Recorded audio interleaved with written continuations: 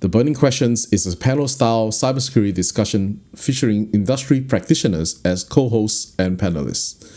Each episode focuses on delivering unfiltered, experience-driven opinions on real-world cybersecurity topics.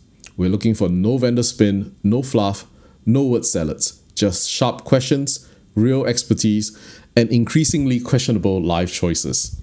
Here are the rules for the panel. Every time a question is asked, the panelist answering must take a bite of a specially selected, brutally spicy food item. The host takes a bite too.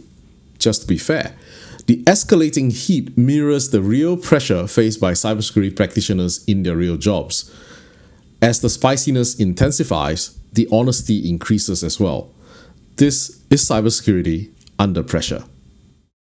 So when you do the update, and then the question about more efficient, it's continue will come, right? Regardless, it will continue to come. Can you do more efficient? Can you more? You do that when you do the review of the strategy. You do that. Is there any way that there's new technology that can make more efficient, cheaper? You still do that. But at the end, after the review and after that, you've done all the incoming or the inputting of a new technology become more efficient. You still have the list of the thing that you want to do, and then if you think that it's still not gonna achieve what they ask, like for example 10%, present it in what he said. Present it. This is the risk that we need to do, and then this is the cost that we need to implement these things. So if we want to reduce like 10%, there is a takeaway. There is exchange, right? You take some money, we have to deprioritize something else. Yeah. So we need to have this in this communication minuted into the committee, and then let the committee agree into which one do you want to delay, right? So if that is already being approved and minuted, I think that's fine as long as you give them advice. This is the list that we want to do, but we can't do this thing because of the budgets being reduced. Just an additional comment on that one, because exactly, communicate what it means. Yes, we're making the decision. Here's the assessment that we've done on the levers that we can pull, but here's the impact, right? So making it real for decision making, right? There's conversations about what the risk appetite is for the organization and whether or not the changes still falls within the appetite, right? If it does, then that's probably an easier conversation. But if it's not, what do you folks see how the conversations will go? Is it gonna go? Are we still gonna go ahead with this, even though this is beyond our risk appetite, or are we gonna go and update the risk appetite statement so we can pull the trigger on this? My direct answer: tolerance. So that's the other lever that doesn't get used enough: risk tolerance. Basically, how long can you be out of appetite for? Sure, you're out of appetite. How long can you be out of appetite for? 6 months? 10 months? 12 months? What is that number? Right? You don't have to change your appetite. Your appetite is your appetite. Obviously, if it's drastically changed, then sure, go change it. But the reality is that if you go, wait, we've got no choice. We have to do this way because we just don't have enough revenue or whatever else. Those are realities of business we cannot fight. We should never fight. Right? You work for a business. So then the next question is, what's the tolerance level? Right? We just have to sit down and go, how long? How long is it? It can be 12. I don't care. Just give me a number. Is it 12? Is it 18? Right? And that's where it becomes real, right? Then the business will actually see the maturity in you, that you're not just sitting there jumping around going, oh, I can't buy my tool, right? It's my toys. But you're sitting there with maturity, speaking to them on the same level, going, I get it, we're not reaching those things and we have to do this. Tick. Understood. How do I implement this? This is what I'm going to do. However, there's a residual, right? Oh, we still can't do it and blah, blah, blah. That's fine. Then we're going to be out of appetite. If we're out of appetite, how long do you feel that? After that conversation, people will actually walk away going, okay, I get it, right? So there isn't a adversarial sort of response from us in security. When I say us in security, to tell them, no, this has to be. You cannot take away my money, right? I think that's a bit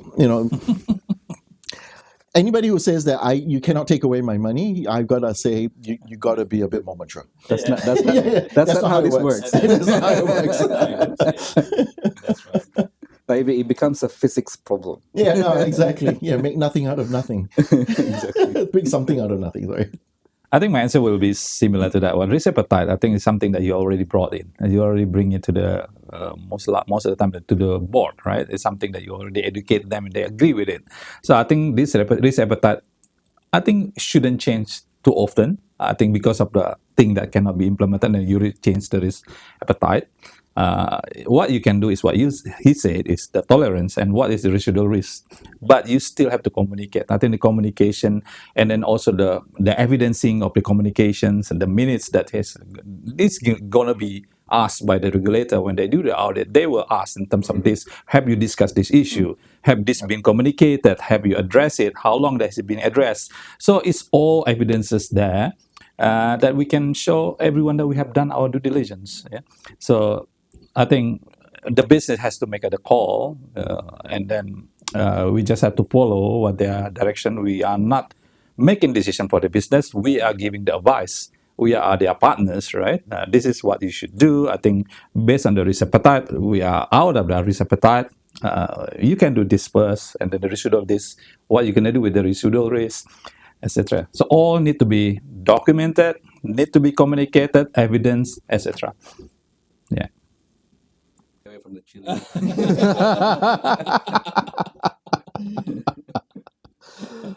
Well, I think we covered quite a bit of the topic. I think we dive quite extensively into two incidences that you have, and it's also cool that we went into I think the bread and butter side of things. How do we afford stuff, and how do we have that conversation? But I'm learning one key thing in the theme of what you share here is the threat landscapes can change, the incident vectors vector of attack can change.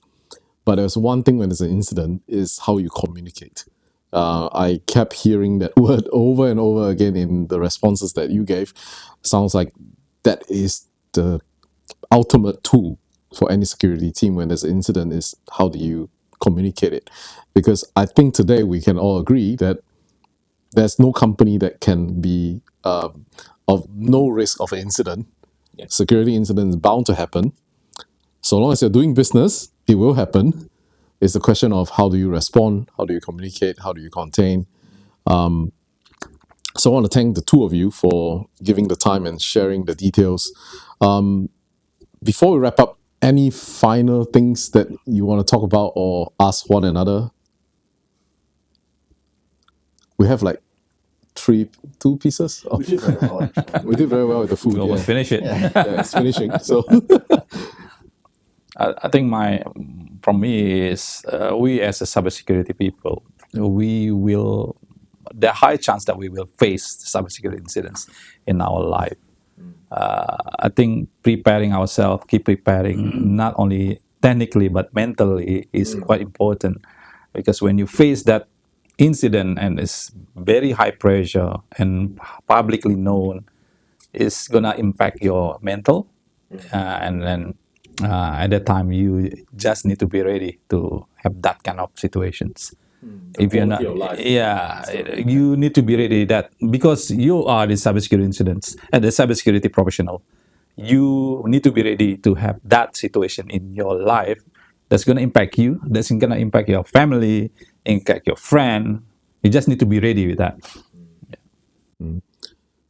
So okay, I think I thought I want to wrap up, but I do have a follow-up question because of what you asked. Because you brought out a good point about being ready, but it sounds to me like there's also the mental side of having a support structure in your life, right?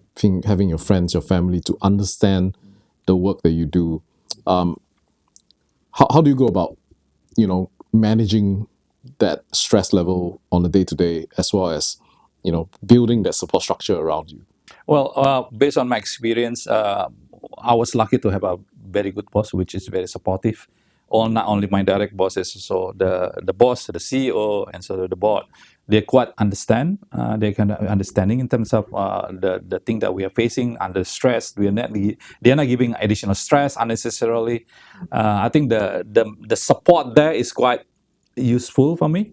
Not only that, also if you need to have a very strong team, as I mentioned, that's burnout, right? And all being investigated for 1 year. You need to have like a team who are quite mature. So you need to identify your direct report that is quite mature. You just need to prepare them in the future if there's an incident. You need to communicate that you may be impacted. We need to be ready, etc. So there's a layer from your management support, your direct report, but not necessarily everyone, but your direct report you think is quite mature. But of course, your family, right? They need to know your partners that you are working in cybersecurity. Yes, it's stress, but when there is an incident, it's even more stress. You may be put somewhere that you may not be seeing yourself from the family for a while. That yeah, I think that's quite useful for me at the time. Yeah, I keep going like on the weekend, like overtime, like 24 hours, like continuously in the office, like for how many days that yeah is yeah you need to have that support. I think all of that, and then having close friends, right? Friends who actually understand what you do and what you go through as well, right? I say that because we're in a company of friends. We're all friends outside of this podcast as well, right? And we're all in the industry, so therefore, there's a bit of understanding and being able to talk about it sometimes. It can be a bit easier to talk to someone who's actually wearing the same shoes that you're wearing. They understand. Yeah, absolutely. Yeah, you don't have to explain to them what's a firewall. That's right. So everything Sarah says, absolutely right. And then I would just supplement that. Friends is a very important sort of structure that helps you, on a day-to-day basis. And then whiskey. I have to throw that one in there. Whiskey with very spicy food. I'll do that. I'm fine. I should do whiskey shots next time. That's a great idea. Next time. All right, good points. Good points. So let me attempt wrapping up again. Other than communication, I think you guys made a very good point about support structure. So thank you for all your sharings today. Thank you, Steve, for co-hosting with me. We shall wrap it up. That's it for us. Bye, everyone. Bye. Thank you. Thank you. Thanks all.